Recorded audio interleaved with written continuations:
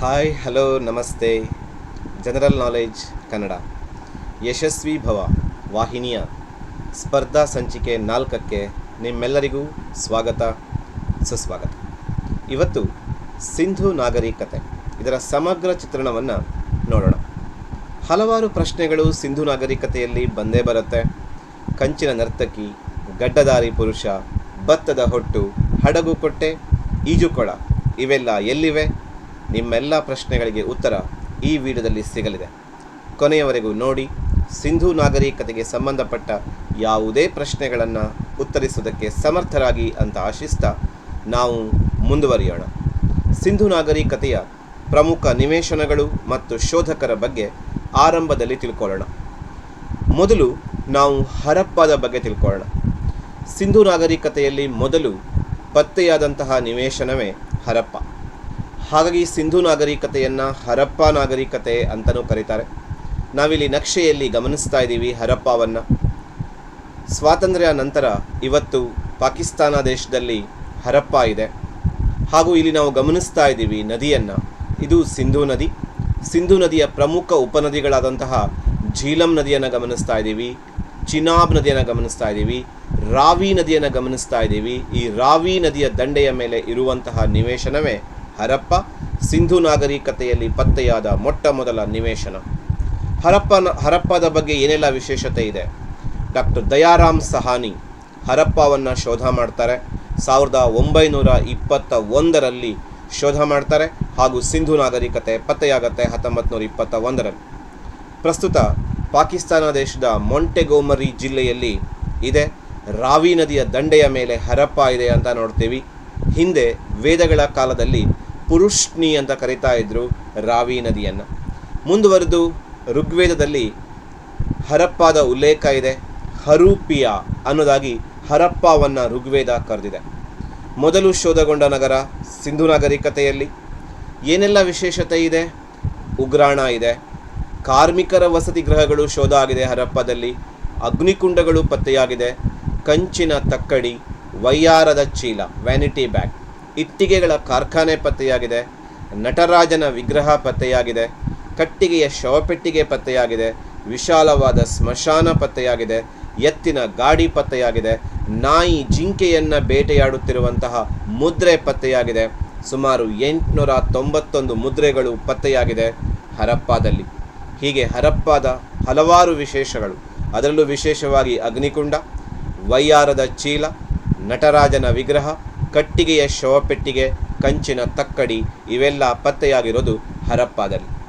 ಎರಡನೆಯ ನಿವೇಶನದ ಕಡೆಗೆ ಬರೋಣ. ಎರಡನೇದಾಗಿ ಶೋಧಗೊಂಡ ನಗರ ಮೊಹೆಂಜೋದಾರೋ. ಹರಪ್ಪ ರಾವಿ ನದಿಯ ದಂಡೆಯ ಮೇಲಿದ್ರೆ ನಾವಿಲ್ಲಿ ಮೊಹೆಂಜೋದಾರೋವನ್ನು ಗಮನಿಸ್ತಾ ಇದ್ದೀವಿ. ಮೊಹೆಂಜೋದಾರೋ ಏನಿದೆ ಇದು ಸಿಂಧೂ ನದಿಯ ದಂಡೆಯ ಮೇಲಿದೆ. ಗಮನಿಸ್ತಾ ಇದ್ದೀವಿ, ಇದು ಸಿಂಧೂ ನದಿ, ಇಂಡಸ್ ರಿವರ್. ಈ ನದಿಯ ದಂಡೆಯ ಮೇಲೆ ಮೊಹೆಂಜೋದಾರೋ ಇರೋದನ್ನು ನಾವು ಗಮನಿಸ್ತಾ ಇದ್ದೀವಿ. ಮೊಹೆಂಜೋದಾರೋ ಎರಡನೆಯದಾಗಿ ಪತ್ತೆಗೊಂಡಂತಹ ನಗರ. ಡಾಕ್ಟರ್ RD ಬ್ಯಾನರ್ಜಿ, ರಕಲ್ ದಾಸ್ ಬ್ಯಾನರ್ಜಿ ಅವರು ಶೋಧ ಮಾಡ್ತಾರೆ. 1922ರಲ್ಲಿ ಶೋಧ ಮಾಡ್ತಾರೆ. ಪ್ರಸ್ತುತ ಪಾಕಿಸ್ತಾನದ ಲಾರ್ಖಾನಾ ಜಿಲ್ಲೆಯಲ್ಲಿದೆ. ಹರಪ್ಪ ಮತ್ತು ಮೊಹೆಂಜೋದಾರೋ ಎರಡೂ ಕೂಡ ಇವತ್ತಿನ ಪಾಕಿಸ್ತಾನ ದೇಶದಲ್ಲಿದೆ. ಸಿಂಧೂ ನದಿ ದಂಡೆಯ ಮೇಲಿದೆ. ಸಿಂಧಿ ಭಾಷೆಯಲ್ಲಿ ಮೊಹೆಂಜೋದಾರೋ ಅಂತಂದರೆ ಮಡಿದವರ ದಿಬ್ಬ ಅಥವಾ ಸತ್ತವರ ದಿಬ್ಬ, ಮೌಂಡ್ ಆಫ್ ದಿ ಡೆಡ್ ಅಂತ ಕರೀತಾರೆ. 7 ಬಾರಿ ನಿರ್ಮಾಣಗೊಂಡಿದೆ. ಸಿಂಧೂ ನದಿಯ ಪ್ರವಾಹದಿಂದ ಮತ್ತೆ ನಾಶಗೊಂಡಿದೆ, ಮತ್ತೆ ಪುನರ್ನಿರ್ಮಾಣ 7 ಬಾರಿ ನಿರ್ಮಾಣಗೊಂಡಿದೆ. ಇದರಲ್ಲಿ ಬಹಳ ಪ್ರಸಿದ್ಧವಾಗಿದ್ದು ಈಜುಕೊಳ. ಮೊಹೆಂಜೋದಾರೋದ ಈಜುಕೊಳ, ಮೊಹೆಂಜೋದಾರೋದ ವಿಶಾಲವಾದ ಉಗ್ರಾಣ, ಕಂಚಿನ ನರ್ತಕಿ, ಗಡ್ಡಧಾರಿ ಪುರುಷ, ಪಶುಪತಿ ಮುದ್ರೆ. ಸಿಂಧೂ ನಾಗರಿಕತೆಯ ಬಹಳ ಮುಖ್ಯ ಸಂಕೇತಗಳು, ಮುಖ್ಯ ಶೋಧಗಳಿವು. ಈಜುಕೊಳ, ಉಗ್ರಾಣ, ಕಂಚಿನ ನರ್ತಕಿ, ಗಡ್ಡಧಾರಿ ಪುರುಷ, ಪಶುಪತಿ ಮುದ್ರೆ ಇವೆಲ್ಲವೂ ಪತ್ತೆಯಾಗಿದೆ.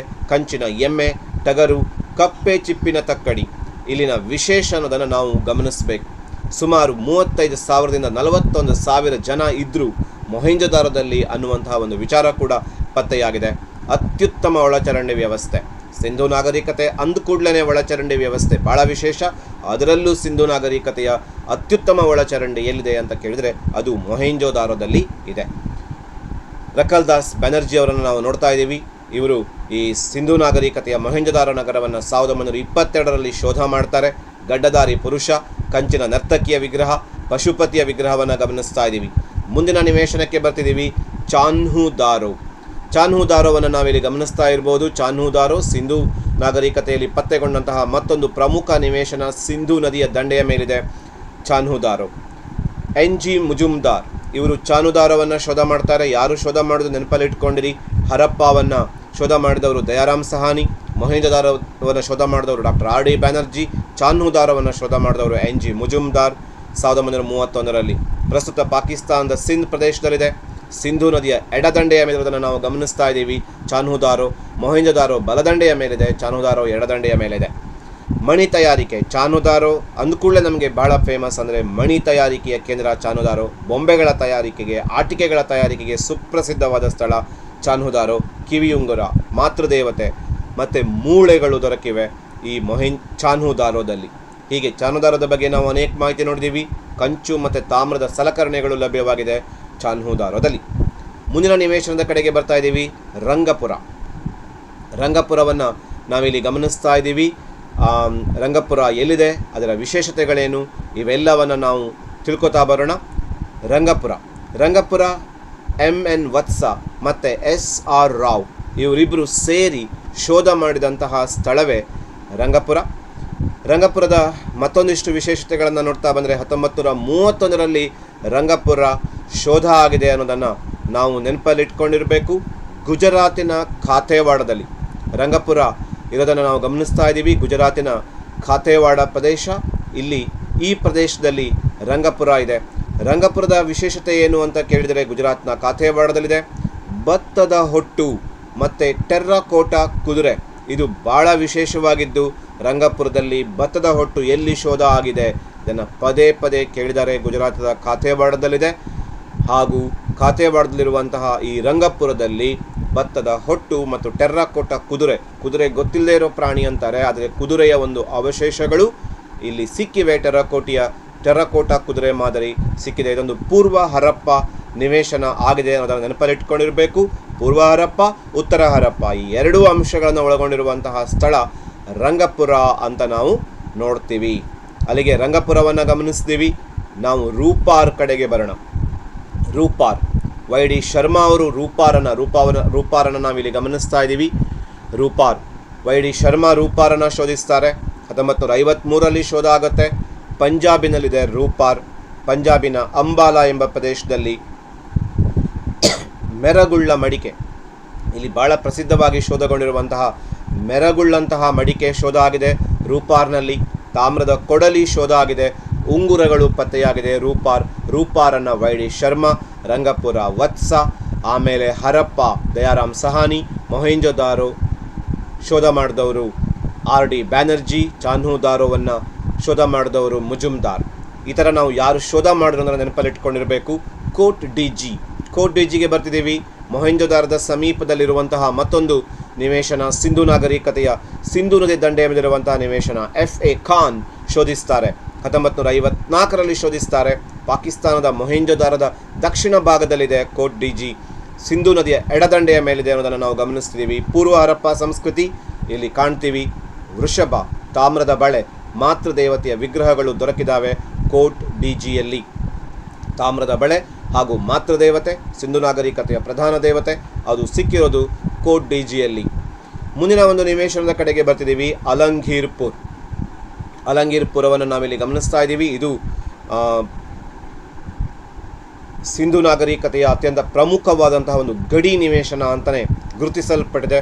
ಪೂರ್ವದ ಗಡಿಯಲ್ಲಿರುವಂತಹ ಅಲಂಗೀರ್ಪುರ YD ಶರ್ಮಾ ಇದನ್ನು ಶೋಧಿಸ್ತಾರೆ. 1958ರಲ್ಲಿ ಶೋಧ ಆಗುತ್ತೆ.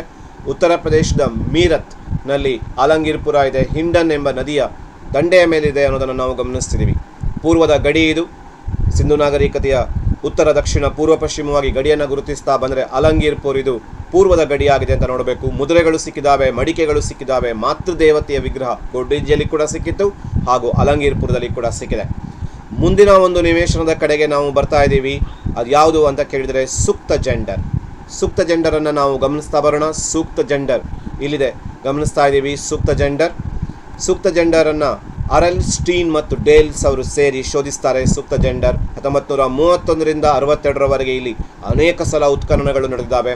ಪಾಕಿಸ್ತಾನದ ದಕ್ಷಿಣ ಬಲೂಚಿಸ್ತಾನದ ಮಕ್ರಾನ್ ತೀರದಲ್ಲಿ ಇರುವಂತಹ ಒಂದು ಪಶ್ಚಿಮದ ತೀರದಲ್ಲಿರುವಂತಹ ಗಡಿಯಲ್ಲಿರುವಂತಹ ಸುಪ್ತ ಜೆಂಡರನ್ನು ನೋಡ್ತಿದ್ದೀವಿ. ಮಕ್ರಾನ್ ತೀರದಲ್ಲಿದೆ. ಅರಬ್ಬಿ ಸಮುದ್ರದ ಒಂದು ಬಂದರು ಪ್ರದೇಶ ಸುಪ್ತ ಜೆಂಡರ್. ಬಂದರು ಪ್ರದೇಶಗಳಲ್ಲಿ ಸುಪ್ತ ಜೆಂಡರ್ ಕೂಡ ಒಂದು. ಸಿಂಧು ನಾಗರಿಕತೆಯಲ್ಲಿ ಉದ್ದವಾದಂತಹ ಒಂದು ಕೋಟೆ ಇದೆ. 150 ಇಂಟು 110 ಮೀಟರ್ ಉದ್ದಗಲದ, 150 ಮೀಟರ್ ಉದ್ದ, 110 ಮೀಟರ್ ಅಗಲದ ಕೋಟೆಯನ್ನು ಗಮನಿಸ್ತೀವಿ. ಪಶ್ಚಿಮದ ಗಡಿ, ಪೂರ್ವದ ಗಡಿ ಅಲಂಗೀರ್ಪುರ ಆದರೆ ಸುಪ್ತ ಜೆಂಡರ್ ಇದು. ಪಶ್ಚಿಮದ ಗಡಿ ತಾಮ್ರದ ಕೊಡಲಿ ಸಿಕ್ಕಿದೆ, ಮಾನವನ ಬೂದಿಗಳು ಸಿಕ್ಕಿದ್ದಾವೆ, ಕೊಡಲಿ ಸಿಕ್ಕಿದೆ, ಬಳೆ ಸಿಕ್ಕಿದೆ ಸುಪ್ತ ಜೆಂಡರ್ನಲ್ಲಿ. ಮುಂದಿನ ಒಂದು ನಿವೇಶನದ ಕಡೆಗೆ ಬರ್ತಿದ್ದೀವಿ. ಲೋಥಾಲ್, ರೂಪಾರ್ ಮತ್ತು ರಂಗಪುರ್ ಇವೆರಡು ಅಲಂಗೀರ್ಪುರ್ ಭಾರತದಲ್ಲಿತ್ತು, ಮಿಕ್ಕೆಲ್ಲ ಇಂದಿನ ಪಾಕಿಸ್ತಾನದಲ್ಲಿದ್ದೇವೆ ಅಂತ ನೋಡ್ತಿದ್ದೀವಿ. ಲೋಥಾಲ್ ಇದು ಭಾರತದಲ್ಲಿರುವಂಥ ಒಂದು ಪ್ರಮುಖ ನಿವೇಶನ. ಡಾಕ್ಟರ್ SR ರಾವ್ ಅವರು ಲೋಥಾಲನ್ನು ಶೋಧಿಸ್ತಾರೆ, ನಾವಿಲ್ಲಿ ಗಮನಿಸ್ತಾ ಇದ್ದೀವಿ. ಲೋಥಾಲ್ ಇದು ಕೂಡ ಒಂದು ರೇವು ಪಟ್ಟಣ, ಬಂದರು ನಗರಿ ಅಂತ ನೋಡ್ತೀವಿ. 1957ರಲ್ಲಿ ಲೋಥಾಲ್ ಶೋಧ ಆಗುತ್ತೆ. ಪ್ರಸ್ತುತ ಗುಜರಾತಿನ ಕ್ಯಾಂಬೆ ತೀರದಲ್ಲಿ ಇರೋದನ್ನು ಗಮನಿಸ್ತಾ ಇದ್ದೀವಿ. ಲೋಥಾಲನ್ನು ಹಡಗುಕಟ್ಟೆ ಭಾಳ ಪ್ರಸಿದ್ಧವಾಗಿದ್ದು ಲೋಥಾಲ್ ಹಡಗುಕಟ್ಟೆ. ಇದು ವಿದೇಶಿ ವ್ಯಾಪಾರದ ಕೇಂದ್ರ ಕೂಡ ಆಗಿತ್ತು. 770 ಇಂಟು 120 ಇಂಟು 15 ಅಡಿ ವಿಸ್ತಾರವನ್ನು ಹೊಂದಿರುವಂತಹ ಲೋಥಾಲ್ ಹಡಗುಕಟ್ಟೆ. ಇದು ಕೂಡ ಬಹಳ ಪ್ರಮುಖವಾದಂತಹ ಒಂದು 770 ಅಡಿ ಉದ್ದ, 120 ಅಡಿ ಅಗಲ ಮತ್ತು 15 ಅಡಿ ಎತ್ತರದ ವಿಸ್ತಾರವನ್ನು ಹೊಂದಿರುವಂತಹ ಲೋಥಾಲ್ ಹಡಗುಕಟ್ಟೆ ಭಾಳ ಪ್ರಸಿದ್ಧವಾಗಿದ್ದು ಸಿಂಧು ನಾಗರಿಕತೆಯಲ್ಲಿ. ಪರ್ಷಿಯಾದ ಮುದ್ರೆಗಳು ದೊರಕಿದೆ ಲೋಥಾಲ್ ಹಡಗುಕಟ್ಟೆಯಲ್ಲಿ. ವಿದೇಶಿ ವ್ಯಾಪಾರ ಇಲ್ಲಿ ಗುರುತಿಸಲ್ಪಡುತ್ತೆ. ಮಣಿ ತಯಾರಿಕೆ ಚಾನುದಾರದ ಥರ ಲೋಥಾಲ್ ಕೂಡ ಮಣಿ ತಯಾರಿಕೆಗೆ. ಭತ್ತದ ಹೊಟ್ಟು, ರಂಗಪುರದಲ್ಲಿ ಭತ್ತದ ಹೊಟ್ಟಿತ್ತು. ಚದುರಂಗದ ಆಟದ ವಿಷಯ ಸಿಕ್ಕಿದೆ, ಅಳತೆ ಪಟ್ಟಿ ಸಿಕ್ಕಿದೆ, ಅಲ್ಲಿಗೆ ತೂಕ ಅಳತೆ ಬಗ್ಗೆ ಗೊತ್ತಿದ್ದು. ಹಾಸಿಗೆ ತಯಾರಿಕೆಯ ಕಾರ್ಖಾನೆ ಲೋಥಾಲಲ್ಲಿತ್ತು ಅಂತ ಗೊತ್ತಾಗುತ್ತೆ. ಅಗ್ನಿಕುಂಡ ಸಿಕ್ಕಿದೆ. ಸ್ತ್ರೀ ಪುರುಷರಿಬ್ಬರನ್ನು ಜೋಡಿಯಾಗಿ ಸಮಾಧಿ ಮಾಡಿದ ಕುರುಹುಗಳು ಸಿಕ್ಕಿದ್ದಾವೆ. ಸಬರಮತಿ ನದಿಯ ತೀರದಲ್ಲಿದೆ. ಮೆಸೊಪೊಟೇಮಿಯಾದೊಂದಿಗೆ ವ್ಯಾಪಾರ ಸಂಪರ್ಕ ಇತ್ತು ಅನ್ನೋದಕ್ಕೆ ಲೋಥಾಲ್ ನಿದರ್ಶನವನ್ನು ಕೊಡುತ್ತೆ. ಮುಂದಿನ ನಿವೇಶನದ ಕಡೆಗೆ ಬರ್ತಿದ್ದೀವಿ. ಕಾಲಿಬಂಗಾನ್. ಕಾಲಿಬಂಗಾನನ್ನು ನೀವು ಇಲ್ಲಿ ಗಮನಿಸಬಹುದು ನಮ್ಮ ನಕ್ಷೆಯಲ್ಲಿ. ಕಾಲಿಬಂಗಾನ್ ಇವತ್ತಿನ ರಾಜಸ್ಥಾನದಲ್ಲಿ ಇರುವಂತಹ ಕಾಲಿಬಂಗಾನ್. ಘೋಷ್, BB ಲಾಲ್, BK ಥಾಪರ್ ಸೇರಿ ಇದನ್ನು ಶೋಧ ಮಾಡ್ತಾರೆ. ಕಾಲಿಬಂಗನ್ ಶೋಧದಲ್ಲಿ ಇಲ್ಲದೇ ಇದ್ದವ್ರು ಯಾರು ಅಂತ ಕೇಳ್ಬೋದು. ಘೋಷ್ ಇದ್ದಾರೆ, BB ಲಾಲ್ ಇದ್ದಾರೆ, BK ಥಾಪರ್ ಇದ್ದಾರೆ. ಇದನ್ನು ನೀವು ಗಮನಿಸ್ಕೊಳ್ಬೇಕು. ಕಾಲಿಬಂಗಾನ್ ಆಮೇಲೆ 1970ರಲ್ಲಿ ಕಾಲಿಬಂಗಾನ್ ಶೋಧಗೊಂಡಿದೆ. ಪ್ರಸ್ತುತ ರಾಜಸ್ಥಾನದ ಗಂಗಾನಗರದಲ್ಲಿ ಇದೆ ಅಂತ ನೋಡ್ತೀವಿ. ಮುಂದುವರೆದು ಗಗ್ಗರ್ ನದಿಯ ದಂಡೆಯ ಮೇಲಿದೆ ಕಾಲಿಬಂಗಾನ್. ಬ್ಲ್ಯಾಕ್ ಬ್ಯಾಂಗಲ್, ಕಪ್ಪು ಬಳೆ ಎಂಬ ಅರ್ಥವನ್ನು ಕೊಡುತ್ತೆ. ಮಣ್ಣಿನ ಕೋಟೆ ಇದೆ. ಯಜ್ಞಕುಂಡಗಳು ಸಿಕ್ಕಿದ್ದಾವೆ.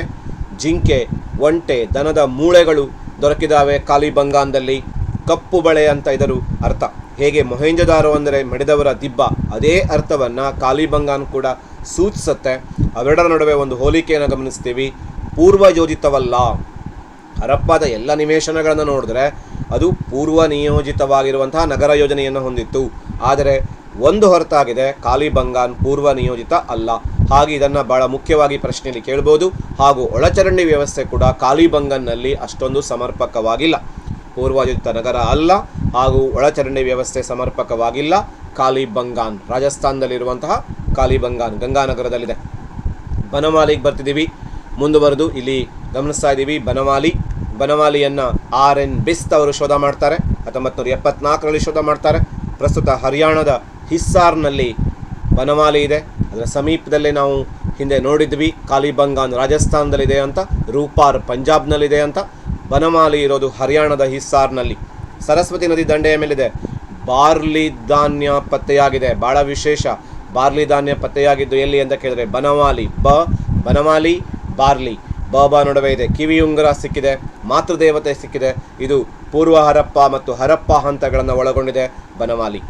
ಮುಂದಿನ ಹಂತ ಸುರ್ಕೋಟಡ. ಸುರ್ಕೋಟಡದ ಕಡೆಗೆ ಬರೋಣ. ನಾವಿಲ್ಲಿ ಗಮನಿಸ್ತಾ ಇದ್ದೀವಿ ಗುಜರಾತ್ನಲ್ಲಿ ಸುರ್ಕೋಟಡ ಇದೆ. JP ಜೋಶಿ ಅವರು ಇದನ್ನು ಶೋಧ ಮಾಡ್ತಾರೆ. 1979ರಲ್ಲಿ ಶೋಧ ಮಾಡ್ತಾರೆ ಸುರ್ಕೋಟಡವನ್ನು. ಗುಜರಾತಿನ ಕಚ್ನಲ್ಲಿದೆ. ಕ್ಯಾಂಬೆಯಲ್ಲಿ ಲೋಥಾಲ್ ಇದ್ದರೆ ಕಚ್ನಲ್ಲಿ ಸುರ್ಕೋಟಡ ಇದೆ. ಸುತ್ತಲೂ ಕೋಟೆ ಇರುವಂತಹ ಒಂದು ಸ್ಥಳ. ಕುದುರೆಯ ಮೂಳೆ ಸಿಕ್ಕಿದೆ. ಕುದುರೆಯ ಅವಶೇಷಗಳು ಸಿಕ್ಕಿದ್ದಾವೆ ಸುರ್ಕೋಟಡದಲ್ಲಿ. ಚೌಕಾಕಾರದ ಬುರುಜ್ ಪತ್ತೆಯಾಗಿದೆ. ಘೋರಿ ಪತ್ತೆಯಾಗಿದೆ ಸುರ್ಕೋಟಡದಲ್ಲಿ. ಮುಂದಿನ ನಿವೇಶನದ ಕಡೆಗೆ ಬರ್ತಾ ಇದ್ದೀವಿ. ಧೋಲ್ವೀರ ಮತ್ತೊಂದು ಪ್ರಮುಖವಾದಂತಹ ನಿವೇಶನ. ಬಹಳ ಬೃಹತ್ ನಿವೇಶನಗಳಲ್ಲಿ ಒಂದು ಧೋಲ್ವೀರ. ಇದು ಕೂಡ ಗುಜರಾತ್ನಲ್ಲಿರುವಂಥದ್ದು. JP ಜೋಶಿ ಮತ್ತು RS ಬಿಸ್ಟ್ ಶೋಧ ಮಾಡ್ತಾರೆ. 1990ರಲ್ಲಿ ಇತ್ತೀಚೆಗೆ ಶೋಧ ಆಗಿದ್ದು ಗುಜರಾತಿನ ಕಚ್ನಲ್ಲಿದೆ. 48 ಹೆಕ್ಟೇರ್ ವಿಸ್ತಾರವನ್ನು ಹೊಂದಿದೆ ಧೋಲ್ವೀರ. ದೊಡ್ಡ ನಿವೇಶನಗಳಲ್ಲಿ ಒಂದು. ರಾಖಿಗಿರಿ, ಹರಪ್ಪ, ಮೊಹೆಂಜೊದಾರೋ, ಗಾನ್ವೆರಿವಾಲಾ ನಂತರ 5ನೆಯ ದೊಡ್ಡ ನಗರ ರಾಖಿಗಿರಿ. ಇವತ್ತು ಭಾರತದಲ್ಲಿ ದೊರಕಿರುವಂತಹ ಅತ್ಯಂತ ದೊಡ್ಡ ನಿವೇಶನ ಹರಪ್ಪ, ದೊಡ್ಡ ನಿವೇಶನ, ಆನಂತರ ಮೊಹೆಂಜೊದಾರೋ, ಆನಂತರದಲ್ಲಿ ಗಾನ್ವೆರಿವಾಲಾ. ಇಲ್ಲಿ ನೀವು ಗಮನಿಸಬಹುದು ಗಾನ್ವೆರಿವಾಲಾ ಇದು ಕೂಡ ಒಂದು ದೊಡ್ಡ ನಿವೇಶನ, ಪಾಕಿಸ್ತಾನದಲ್ಲಿದೆ. ಅದರ ನಂತರ 5ನೆಯ ದೊಡ್ಡ ನಗರ ಅನಿಸ್ಕೊಂಡಿರೋದು ಧೋಲ್ವೀರ. ಮುಂದುವರೆದು ಕೋಟೆಯಿಂದ ಆವೃತವಾಗಿದೆ. ಇದು ಧೋಲ್ವೀರ ಬಗ್ಗೆ ಇರುವಂತಹ ವಿಶೇಷತೆ. ಮುಂದಿನ ಒಂದು ಸ್ಥಳದ ಕಡೆ ಬರ್ತಾ ಇದ್ದೀವಿ, ರಾಖಿಗಿರಿ. ಇತ್ತೀಚೆಗೆ ಬಹಳ ಸುದ್ದಿಯಲ್ಲಿರುವಂತಹ ಒಂದು ಸ್ಥಳ ರಾಖಿಗಿರಿ, ಹರಿಯಾಣದ ಹಿಸ್ಸಾರ್ನಲ್ಲಿ ಇರೋದು. ಅಮರೇಂದ್ರನಾಥ್ ಅವರು ಇದನ್ನು ಶೋಧ ಮಾಡ್ತಾರೆ. ಹರಿಯಾಣದ ಹಿಸ್ಸಾರ್ನಲ್ಲಿದೆ. ಭಾರತ ಉಪಖಂಡದ ಅತಿ ದೊಡ್ಡ ನಿವೇಶನ ರಾಖಿಗಿರಿ, ಸುಮಾರು 100 ಹೆಕ್ಟೇರ್ ವಿಸ್ತಾರವನ್ನು ಹೊಂದಿದೆ. ಆಗಲೇ ನಾವು ನೋಡಿದ್ವಿ ಧೋಲ್ವೀರ 48 ಹೆಕ್ಟೇರ್ ವಿಸ್ತಾರವನ್ನು ಹೊಂದಿದೆ ಅಂತ. ಅದಕ್ಕಿಂತ ಹೆಚ್ಚು ವಿಸ್ತಾರವನ್ನು ಹೊಂದಿರುವಂತಹ ರಾಖಿಗಿರಿ ಭಾರತದಲ್ಲಿ ಅತ್ಯಂತ ದೊಡ್ಡ ನಿವೇಶನ, ಭಾರತ ಉಪಖಂಡದಲ್ಲೇ ದೊಡ್ಡ ನಿವೇಶನ ಅಂತ ನೋಡ್ತೀವಿ. 100 ಹೆಕ್ಟೇರ್ ವಿಸ್ತಾರ, ಅತ್ಯಂತ ಸುಧಾರಿತ ಒಳಚರಂಡಿ, ರಚನಾತ್ಮಕ ಮನೆ, ತಾಮ್ರ ಮತ್ತು ಚಿನ್ನದ ಆಭರಣ, 2 ಮಾನವನ ಅಸ್ಥಿಪಂಜರಗಳು ಸಿಕ್ಕಿದ್ದಾವೆ ರಾಖಿಗಿರಿಯಲ್ಲಿ. 2020ರ ಬಜೆಟ್ನಲ್ಲಿ ಘೋಷಣೆಯಾದಂಥ ಒಂದು ಐಕಾನಿಕ್ ಸ್ಥಳ ಅಂತ ಅನಿಸ್ಕೊಂಡಿದೆ ರಾಖಿಗಿರಿ. 5 ಸ್ಥಳಗಳನ್ನು ಐಕಾನಿಕ್ ಅಂತ ಘೋಷಿಸ್ತಾರೆ 2020ರ ಬಜೆಟ್ನಲ್ಲಿ. ಹಸ್ತಿನಾಪುರ, ಧೋಲ್ವೀರ, ಶಿವಸಾಗರ್ ಮತ್ತು ಆದಿಚನಲ್ಲೂರು ಅಂತ. ಅದರಲ್ಲಿ ರಾಖಿಗಿರಿ ಕೂಡ ಒಂದು ಅಂತ ನಾವು ನೋಡ್ತೀವಿ. ಕೆಲವು ಪ್ರಮುಖ ಅಂಶಗಳಿಗೆ ಬರೋಣ. ಸಿಂಧು ನಾಗರಿಕತೆಗೆ ಸಂಬಂಧಪಟ್ಟ ಪ್ರಮುಖ ಅಂಶಗಳು. ರೇಡಿಯೋ ಕಾರ್ಬನ್ ಡೇಟಿಂಗ್ ಪ್ರಕಾರ ಸಿಂಧು ನಾಗರಿಕತೆಯ ಕಾಲ ಯಾವುದು ಅಂತ. ರೇಡಿಯೋ ಕಾರ್ಬನ್ ಡೇಟಿಂಗ್ ಪ್ರಕಾರ ಸಾಮಾನ್ಯ ಶಕ ಪೂರ್ವ 2400ರಿಂದ 1700. ಸಿಂಧು ನಾಗರಿಕತೆ ಯಾವ ಯುಗಕ್ಕೆ ಸೇರಿದೆ ಅಂತ ಕೇಳಿದರೆ ಕಂಚಿನ ಯುಗಕ್ಕೆ ಸೇರಿರುವಂತಹ ಒಂದು ನಾಗರಿಕತೆ.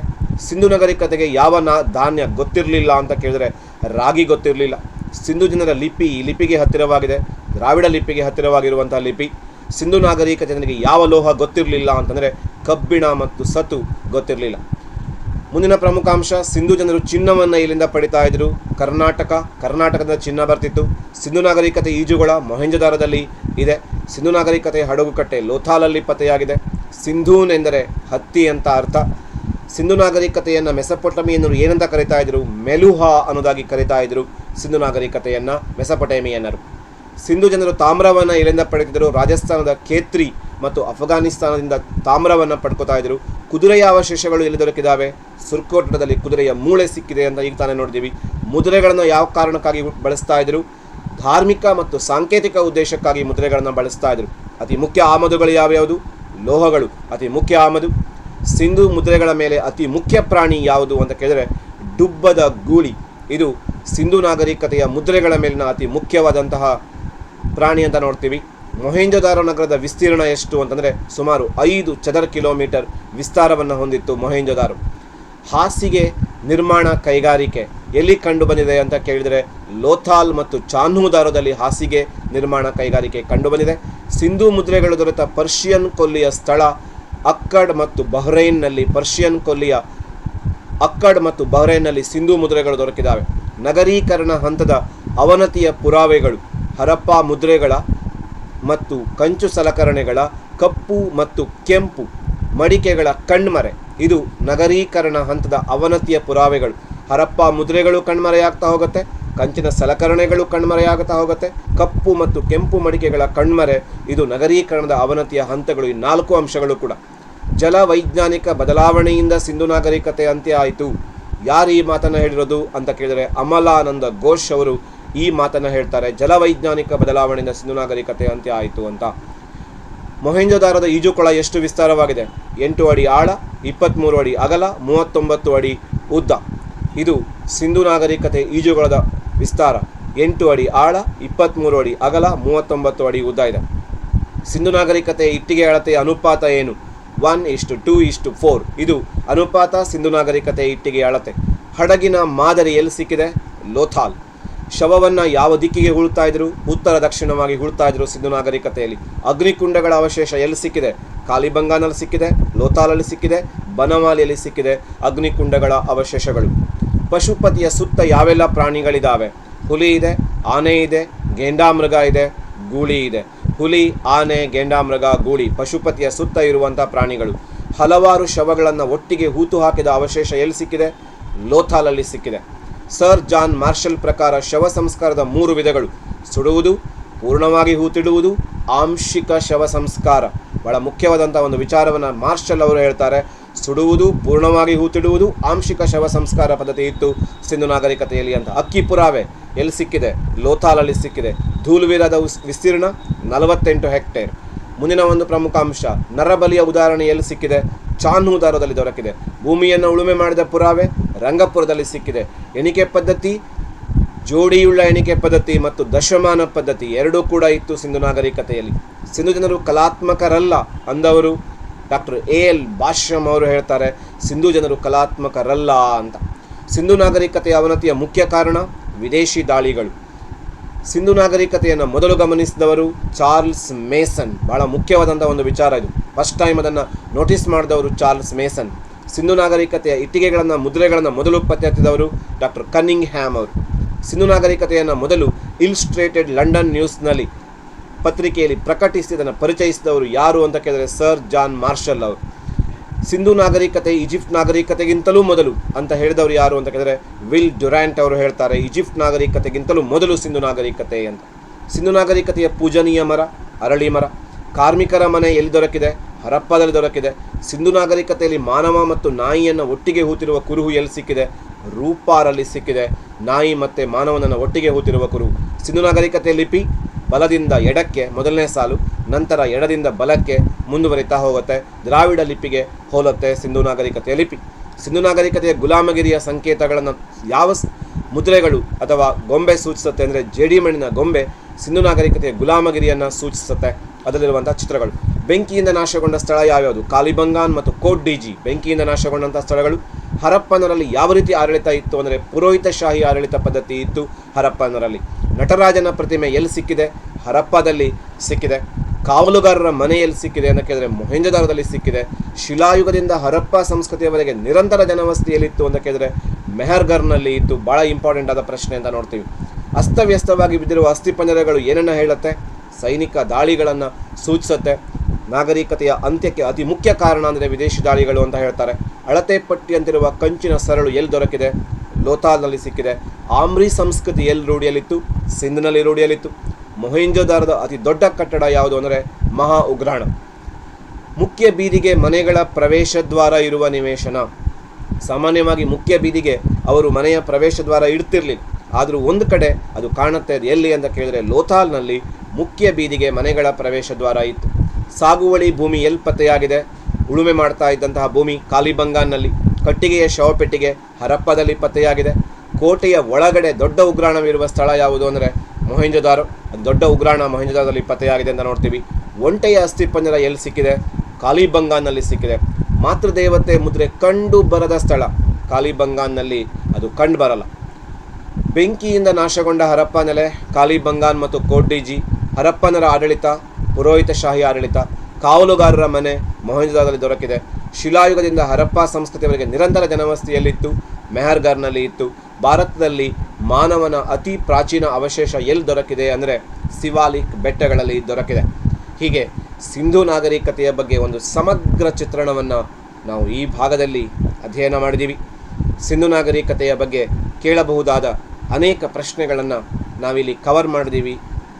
ಇವೆಲ್ಲವನ್ನು ಚೆನ್ನಾಗಿ ಅಧ್ಯಯನ ಮಾಡಿ ಮತ್ತು ನಿಮ್ಮ ಸ್ಪರ್ಧಾತ್ಮಕ ಪರೀಕ್ಷೆಗೆ ನಿಮಗೆ ಯಶಸ್ಸು ಸಿಕ್ಕಿದರೆ ಅದೇ ಯಶಸ್ವಿ ಭವ ಚಾನಲಿನ ಯಶಸ್ಸು ಅಂತ ಹೇಳ್ತಾ ಈ ಸಂಚಿಕೆಯನ್ನು ಮುಕ್ತಾಯಗೊಳಿಸೋಣ. ಎಲ್ಲರಿಗೂ ನಮಸ್ಕಾರ, ವಂದನೆಗಳು, ಟೇಕ್ ಕೇರ್.